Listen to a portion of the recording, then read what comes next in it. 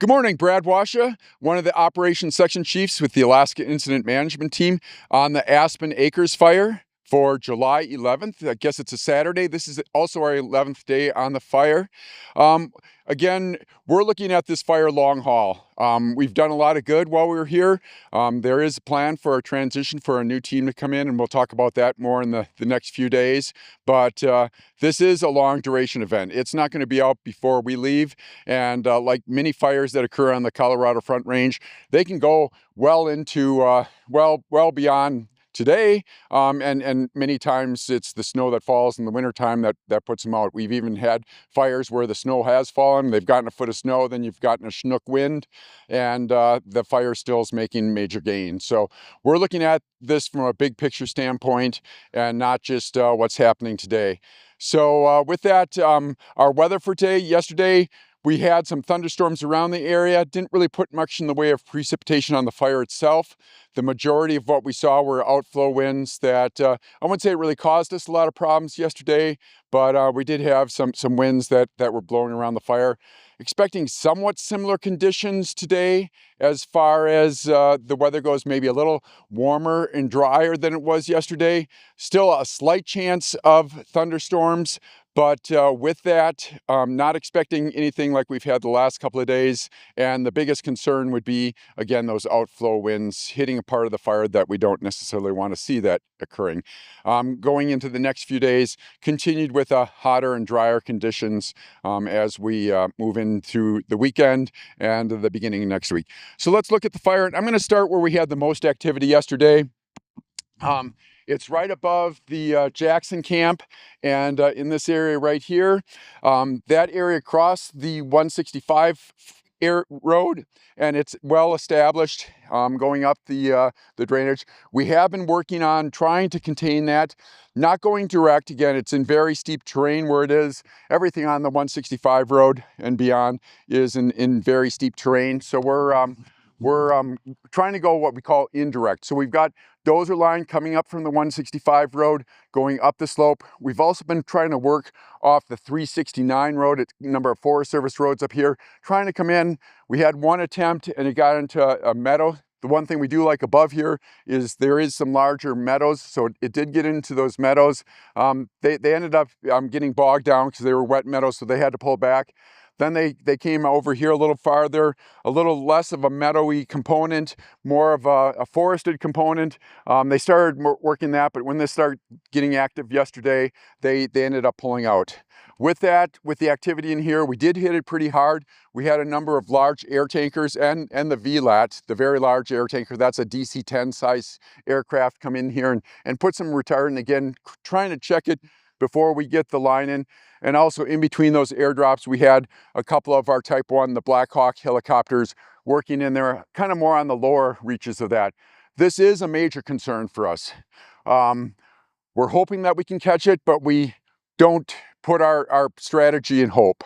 We need to have alternatives. So with that, we have started working down by the southern part of Rye, below the 165 road. We have put in some dozer line, and that's what we call indirect line, in the event the fire comes in here.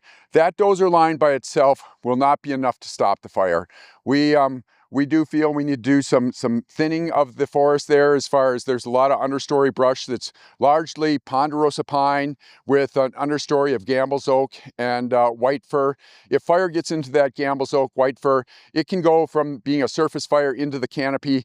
Once it's in the canopy, from a suppression standpoint, we really can't stop it. So we are starting to do some work in that area as far as thinning out the forest, working around homes. We have a list of over 100 homeowners that we're trying to reach out to. It's parcel data, so it's probably from the county assessor's office, and there's phone numbers attached with that, but that could have been when you purchased the land 20 years ago or so. That might be a landline that doesn't even exist today. So in the little title thing down here, they've got a phone number, a 719 number.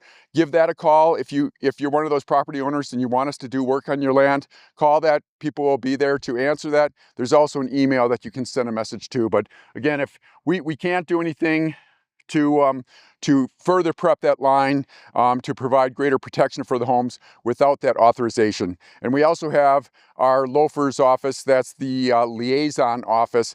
They have been trying to reach out to folks that we do have numbers, and they've made 25 positive connections, but there's still a lot more homes out there than that. I'm going to back up from there and start looking up here. The Isabel Lake area. We feel pretty comfortable. We've been working that area for the last couple of days. There is fire on the backside of the lake, and the fire itself, and that's been holding for the last couple of days. We do have a little area right in here that there's fire that didn't quite make it up to the 165 road. They're prepping that, and we kind of like straight edge black, and they're going to do a small little burnout operation there. Coming over here, we again are assessing this and looking at that 369 road, 360 system, and looking at going indirect. We're also having some of the hotshot crews look at this side to see if they're comfortable with potentially putting in some direct line. That hasn't happened yet, but we are assessing that.